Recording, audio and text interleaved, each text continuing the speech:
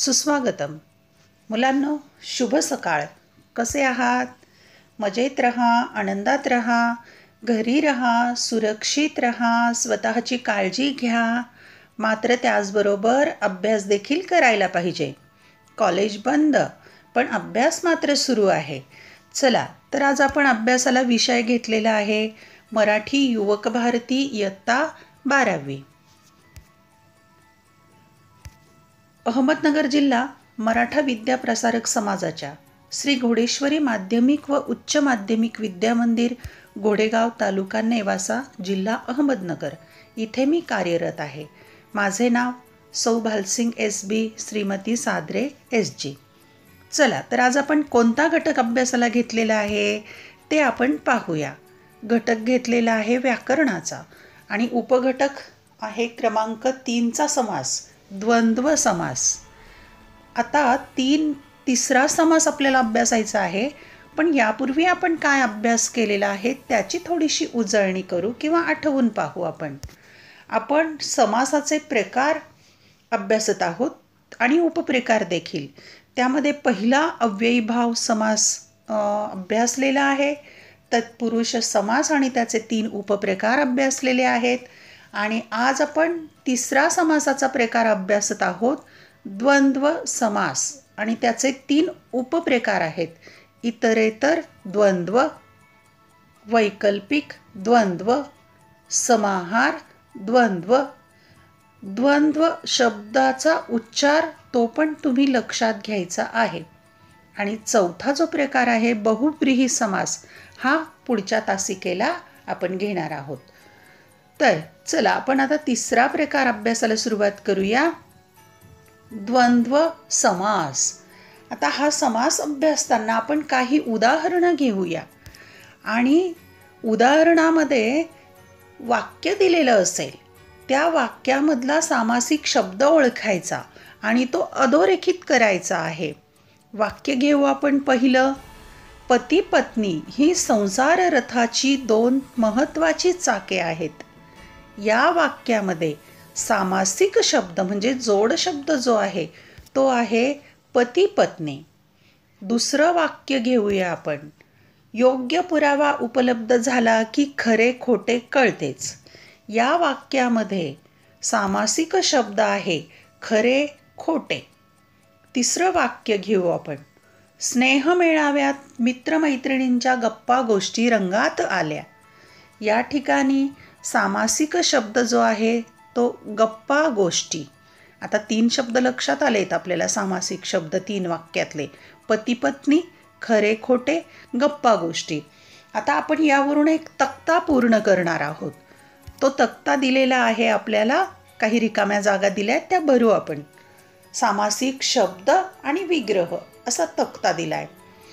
पहिला सामासिक शब्द दिलेला नाहीये, पण त्याचा विग्रह दिलेला आहे पती आणि पत्नी. याचा आणि शब्द काढून दोन्हींचा एक शब्द करायचा आहे. तो सामासिक शब्द होईल पती पत्नी.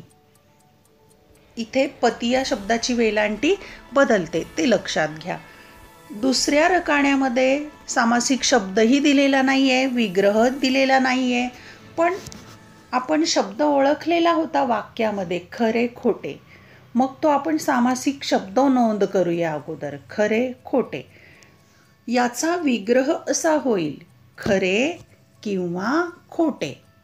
तिसऱ्या वाक्यामध्ये गप्पा गोष्टी हा सामासिक शब्द आपण अधोरेखित केला होता, त्याचा विग्रह होईल गप्पा गोष्टी वगैरे. आता आपण ही 3 वाक्य अभ्यासली आहेत आणि 3 सामासिक शब्द अभ्यासले आहेत. त्यावरून आपल्या काय लक्षात येतंय?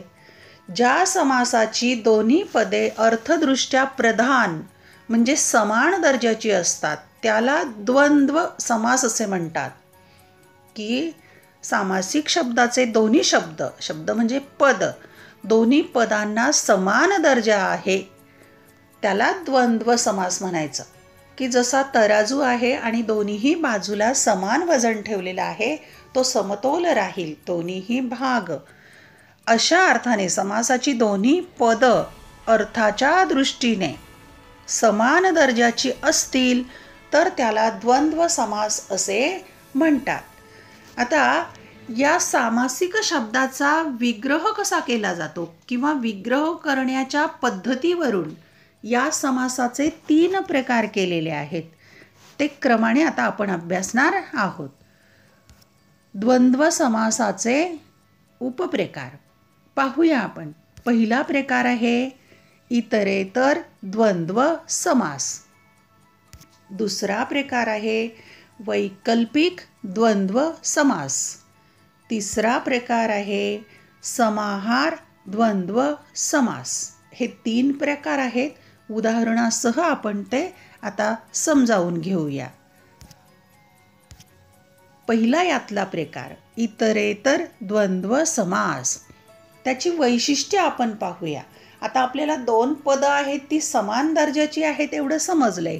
यापेक्षा काय वेगळं वैशिष्ट्य आहे ते आपण पाहूया. क्रमांक 1चं वैशिष्ट्य दिलेलं आहे. अर्थासाठी दोन्ही पदांची अपेक्षा असते.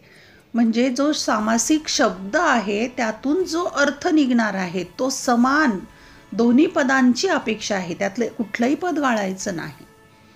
दोन्ही पदांची अपेक्षा असते हे वैशिष्ट्य.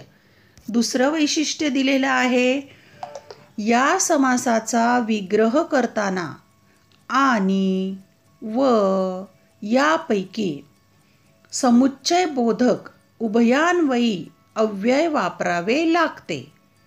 या समासाचा विग्रह करताना अव्यय कोणती वापरायची आहेत? आणि व अशी समुच्चय बोधक उभयान्वयी अव्यय वापरली जातात. पहा आता आपण याची उदाहरणं घेऊया काही शब्दांच्या माध्यमातून. उदाहरणार्थ विटी दांडू. याचा विग्रह कसा करता येईल? विटी आणि दांडू. आता इतरेतर द्वंद्व समासात 2 शब्द वापरायचे विग्रह करताना आणि व. नवरा बायको, नवरा आणि बायको. आई वडील, आई आणि वडील. बहीण भाऊ, बहीण व भाऊ किंवा बहीण आणि भाऊ. देव दानव, देव आणि दानव. राम लक्ष्मण, राम आणि लक्ष्मण. चंद्र सूर्य, चंद्र आणि सूर्य.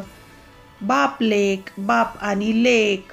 पती पत्नी, पती आणि पत्नी. दक्षिणोत्तर, दक्षिण आणि उत्तर. स्त्री पुरुष, स्त्री आणि पुरुष. ऊन पाऊस, ऊन आणि पाऊस. भीमार्जुन, भीम आणि अर्जुन. सुख दुःख, सुख आणि दुःख. हरी हर, हरी आणि हर. अहि नकुल, अहि व नकुल. ने आन, ने आणि आन. कृष्णार्जुन, कृष्ण आणि अर्जुन. पहा ही काही उदाहरणं घेतलेली आहेत आपण. यामध्ये आणि व या उभयान्वयी अव्ययांनी समासाचा विग्रह आपण केला. पुढचा प्रकार आपण पाहूया. आ वैकल्पिक द्वंद्व समास. त्याची वैशिष्ट्य पाहूया आपण. पहिलं वैशिष्ट्य आहे दोन्ही प्रधान पदांपैकी एकाचीच अपेक्षा असते. वैकल्पिक म्हणजे विकल्प. तुम्ही इंग्रजी म्हणते ना ऑर प्रश्न आहे. विकल्प दिलेला आहे त्याला. म्हणजे 2 शब्दांच्यापैकी एकाचीच अपेक्षा आहे. दुसरा शब्द नको आहे. हे किंवा ते. एकाचीच अपेक्षा दोन्ही प्रधान पदांच्या पैकी. दुसरं वैशिष्ट्य आहे समासाचा विग्रह करताना किंवा अथवा वा यापैकी एक विकल्प बोधक उभयान्वयी अव्यय वापरायचं आहे. किंवा अथवा वा हे 3 अव्यय उभयान्वयी अव्यय वापरून आपण शब्दांचा विग्रह करायचा आहे. पाहूया आपण शब्द घेऊया उदाहरणासाठी. उदाहरणार्थ खरे खोटे. खरे किंवा खोटे असा विग्रह होईल. पुढचे शब्द पाहू आपण. भेदाभेद, भेद किंवा अभेद. 2 किंवा 2 3, 2 किंवा 3. रंकराव, रंक अथवा राव. बरे वाईट, बरे किंवा वाईट. 1-2, 1 किंवा 2. धर्माधर्म, धर्म किंवा अधर्म. 4-5, 4 किंवा 5. छोटे मोठे, छोटे किंवा मोठे. सत्यासत्य, सत्य किंवा असत्य. पास नापास, पास किंवा नापास. देव दानव, देव किंवा दानव. न्यायान्याय, न्याय किंवा अन्याय. मागे पुढे, मागे किंवा पुढे. सुख दुःख, सुख किंवा दुःख. पाप पुण्य, पाप किंवा पुण्य. अशा प्रकारे काही उदाहरणांच्या सहाय्याने आपण वैकल्पिक द्वंद्व समास अभ्यासलेला आहे. पुढचा शेवटचा प्रकार यातला अभ्यासू आपण. तो आहे समाहार द्वंद्व समास. त्याची वैशिष्ट्य पाहू. पहिलं वैशिष्ट्य दिलेलं आहे, समासातील पदांचा विग्रह करताना त्यातील मूळ पदांच्या बरोबर त्याच जातीच्या इतर पदार्थांचा वस्तूंचा समावेश केलेला असतो. त्यामुळे विग्रह करताना वगैरे, इतर या शब्दांचा वापर केला जातो. इथे लक्षात ठेवा 2 शब्द, वगैरे, इतर. विग्रह करताना जो शब्द दिलेला आहे त्याच्या जातीच्या इतर पदार्थ किंवा वस्तूंचा समावेश करायचा आहे आणि वगैरे, इतर असे शब्द वापरले जातात. पाहूया आपण आता यामध्ये. या समासात आलेल्या त्याच जातीच्या इतर वस्तूंच्या समुदायाला महत्त्व असते म्हणून हा समास एकवचनी असतो. इथे अनेकवचन होत नाही, एकवचनी समास असतो. हे वैशिष्ट्य महत्त्वाचं. उदाहरण घेऊया आपण. उदाहरणार्थ अंथरूण पांघरूण. आता अंथरूण पांघरूण याचा विग्रह अंथरण्यासाठी व पांघरण्यासाठी लागणाऱ्या वस्तू व इतर वस्तू. आपण अंथरूण पांघरूण घालतो याचा अर्थ अंथरूण, गादी किंवा चटई, सतरंजी, त्यावर बेडशीट किंवा उशी किंवा पांघरण्यासाठी रग, अशा अर्थाने एवढ्या वस्तूंचा समावेश होतोय. मीठ भाकर, चटणी, जेवणाचे जे पदार्थ आहेत त्याच्यात समावेश होईल. चहा पाणी, मग चहा पाण्यामध्ये नाश्ता वगैरे पण आलेला आहे त्यामध्ये. भाजीपाल्यामध्ये अनेक प्रकारच्या भाज्या वगैरे समावेश होईल. बाजारहाट करणं, बाजारामध्ये जाऊन अनेक प्रकारच्या वस्तूंची खरेदी करणं, बाजारहाट वगैरे, भाजीपाला वगैरे. पालापाचोळा, केरकचरा, कपडा लत्ता, घरदार, पानपत्रावळ, यामध्ये त्याच जातीच्या अनेक शब्दांचा, अनेक वस्तूंचा, अनेक पदार्थांचाही समावेश होतो. म्हणून हा झाला समाहार द्वंद्व समास. हा झाला तिसरा प्रकार. आता 3 प्रकार पूर्ण झालेले आहेत आपले. त्यावरून आपण कृती सोडवणार आहोत. कृतीसाठी आपल्याला एक तक्ता दिलेला आहे. 8 सामासिक शब्द आहेत, त्यातले काही दिले नाहीत. समासाचा विग्रह आणि समासाचे नाव. आता आपण यातल्या रिकाम्या जागा भरणार आहोत किंवा शब्द ओळखणार आहोत. पहिला शब्द दिलेला नाही आहे, विग्रह करून दिलाय, माय आणि लेकरे. इथे सामासिक शब्द तयार करताना आणि शब्द काढून टाकायचा. मग सामासिक शब्द कोणता तयार होईल? माय लेकरे. आणि हा समासाचा प्रकार पहिला आहे, आत्ताच अभ्यासले आपण, इतरेतर द्वंद्व समास. दुसरा शब्द दिलेला आहे इष्टानिष्ट. आता याचा विग्रह करताना आपल्याला इष्ट किंवा अनिष्ट असा करावा लागेल आणि त्याचा प्रकार आहे वैकल्पिक द्वंद्व समास. तिसरा शब्दही दिलेला नाही आहे, विग्रहही दिलेला नाही, फक्त समासाचं नाव दिलंय समाहार द्वंद्व समास. मग आपण इथे कोणताही शब्द लिहू शकतो त्या प्रकारामधला. मी इथे शब्द घेतलेला आहे केर कचरा.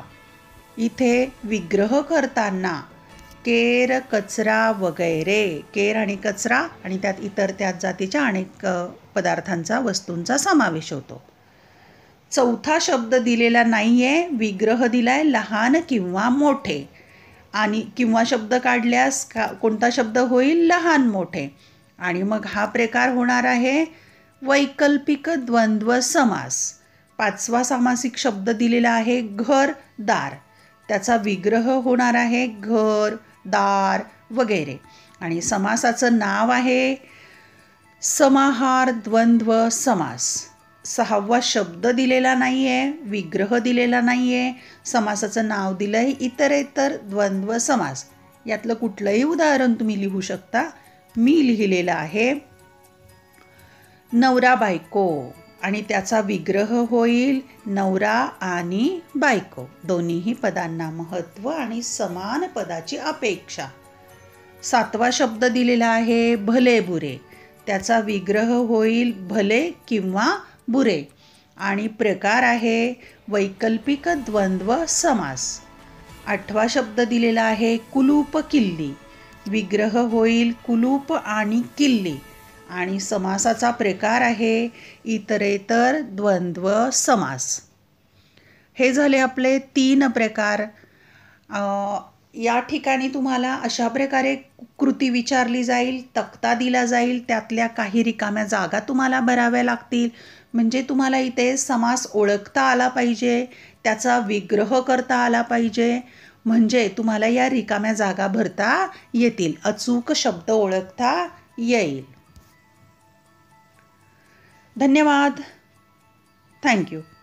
चॅनल आवडल्यास चॅनल सबस्क्राईब करा आणि बेल आयकॉन दाबा, म्हणजे मी नवनवीन व्हिडिओ जसे पोस्ट करेल तसं नोटिफिकेशन तुम्हाला मिळत जाईल. दररोजचा अभ्यास दररोज करा आणि दिलेला अभ्यास आपल्या वर्गपाठाच्या वहीमध्ये सोडवत राहा. तसेच या व्हिडिओच्या खाली डिस्क्रिप्शन बॉक्समध्ये मी तुम्हाला कृती किंवा चाचणी सोडविण्यासाठी देत असते. ती लिंक ओपन करायची आणि त्या कृती सोडवायच्या. अभ्यासासाठी खूप खूप शुभेच्छा.